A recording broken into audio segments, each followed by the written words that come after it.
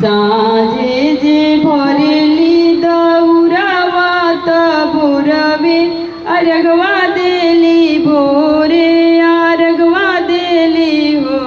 छठी माई जल बीच काढ़ तिरियावा त सुदीनानाथ मानावेली रोज देव मानावेली हो।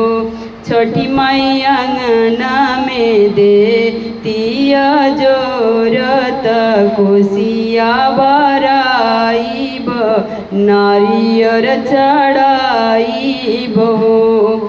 गजमती चौका पुरावेली अचरा बिछावेली अचरा बिछावेली हो। छठी माई अंगना में फूल चितरावेली डाला वा सजावेली दीनानाथ मानावेली हो। ताना दे के कोहेली गो तिनिया त पिछावा बजनिया कोहे पिछावा बजनिया कोहे हो। दीनानाथ सुनी के कोहेली सासु त यसुआ बहाइल हो।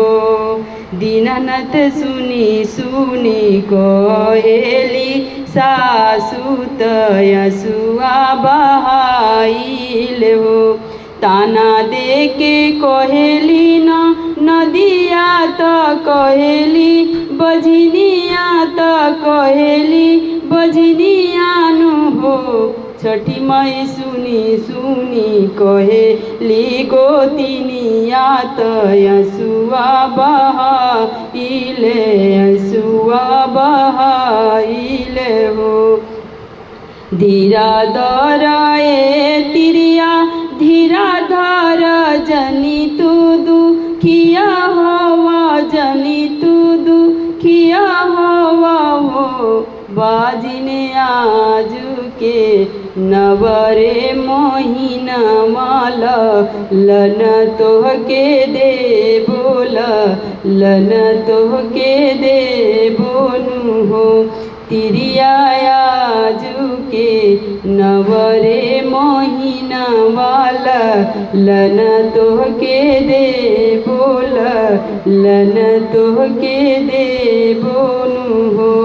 छठी माई अंगने में कोसी या बाराई बया चारा बिचा ई बया रखा दीवाई बहो।